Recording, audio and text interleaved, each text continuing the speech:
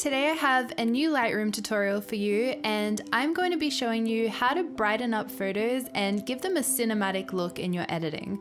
So this is a photo that we're going to be working on today, and I shot this as part of a campaign for a clothing label. So I'm going to show you what you can do first of all to brighten up your image. So as you can see, the model is a little bit dark in the photo. I kind of want her to stand out a little bit more. So that's what we're going to do first. So I'm going to start editing by bringing up the exposure a little bit, just to bring a little bit more light into the image. So I really like the way the background looks, so I want to save that by bringing the highlights down. And that kind of brings back all this detail in the image, which I really like and I think adds a really nice touch to this portrait. The next thing I want to do is bring up my shadows, which will basically add some more light into the model's face. And when you bring up the shadows, clothes that are black or really shadowy parts of the image tend to start losing a lot of quality in the photo, so I like to bring my blacks down just to make it look more natural again. So I'm really happy with the way that's looking so far. I'm gonna start getting into the cinematic editing. This is where it kind of like starts shifting. And I'm gonna get into my tone curve and I'm gonna add an S curve to give the photo a little bit of a matte film-like finish. So I'm gonna start by bringing the blacks up against the edge of the tone curve box. And this will kind of mattify any of the blacks and shadows in our image. Then I'm gonna start giving it a bit of an S shape by bringing it down here and then starting to bring it back up around this area.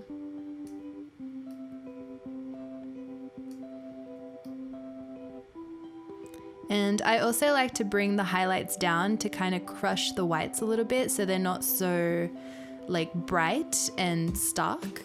I like them to be a little bit like almost gray, like, I don't know, I like that style. So once we've adjusted all the tones of the image and we're happy with what it's looking like, I like to go ahead and sharpen because I feel like I cannot concentrate on an image when it's not like tack sharp. As you can see, I can't zoom in that much, but her face is just a little bit fuzzy. So I'm gonna bring the sharpening up just to have that detail in the photo. And now I feel like I can start editing properly. So the first thing I'm noticing is that it's looking a little bit orange in the skin tones, which I don't like too much. So I'm gonna try bringing the temperature down a little bit, just a tiny bit, because we don't want it to look really kind of unnatural.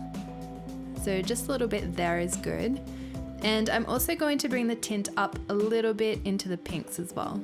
Once we've done that, I want to bring the vibrance up because I want the blue in the image to be nice and saturated. So that's doing a little bit there. And I'm also going to bring the saturation down just to help combat the orangeness of the skin tone. And I feel like just bringing it down a little bit, we've got it here at -5, makes a whole lot of difference. So the next thing that kind of bothers me a little bit is like this rock color. Like I'm not really liking it too much. So in HSL under hue, hue basically changes what a color looks like. So if we go into like the oranges, for example, with her skin tone, if you pull it down, it makes it really, really red. And if you pull it up, it adds a lot of greens to the skin tone.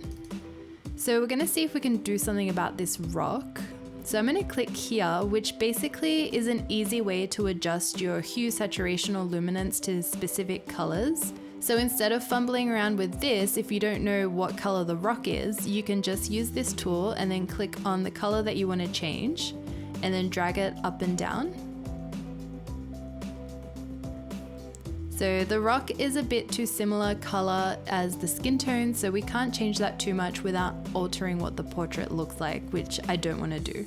Instead, I'm going to focus a little bit here on the water. So I'm going to go into luminance and click on that tool again. And I want to darken the color of the water. So I'm just going to click here on the blue and drag it down to kind of bring some of that color out. And once again, we're going to go to saturation this time and click on the blue again and bring it up, which basically just saturates or desaturates the blue.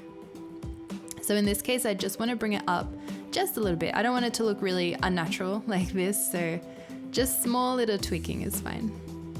So now I want to head into my split toning, which I feel like split toning, you can really add some character to your images. So I'm going to start off with the highlights, and you can either pick these pre-made colors that Lightroom already has, and you can also adjust the intensity of these colors as well. So if I like this one, but it's, you know, too much, I can bring it down.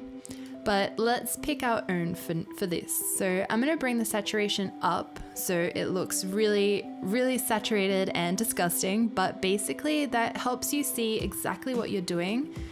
If you have the saturation down and you kind of move it around, it's a bit subtle, so it's hard to tell what it's doing to the image. So I like to make it really, really bright, and it just makes it a lot easier. So let's just move the slider around. I could either go for a really nice like goldish highlight tone, or I could go more into like the blues. I might try a blue first for the highlights, and I will bring the saturation down so it looks a little more natural. And then same thing with the shadows. Let's bring the saturation up and kind of slide this around. For me, when I'm editing with split toning, I like to keep my highlights and shadows opposite. So if I've got a blue highlight, I like to make a warm shadow and vice versa. So let's try and see what this kind of goldish shadow tone looks like. I'll just have a before and after of the split toning. Yeah, I'm actually like really happy with that. And last but not least, I like to go down to camera calibration, and I like to move the tint a little bit more into the pinks of the photo. And there we have our final photo. I'll show you a before and after. That is the before, the original photo straight out of the camera, and this is the photo with all our Lightroom edits. I really hope you guys enjoyed this tutorial. If you have any questions, please let me know in the comments below. Otherwise, thank you so much for watching, and I'll see you guys all really soon. Bye!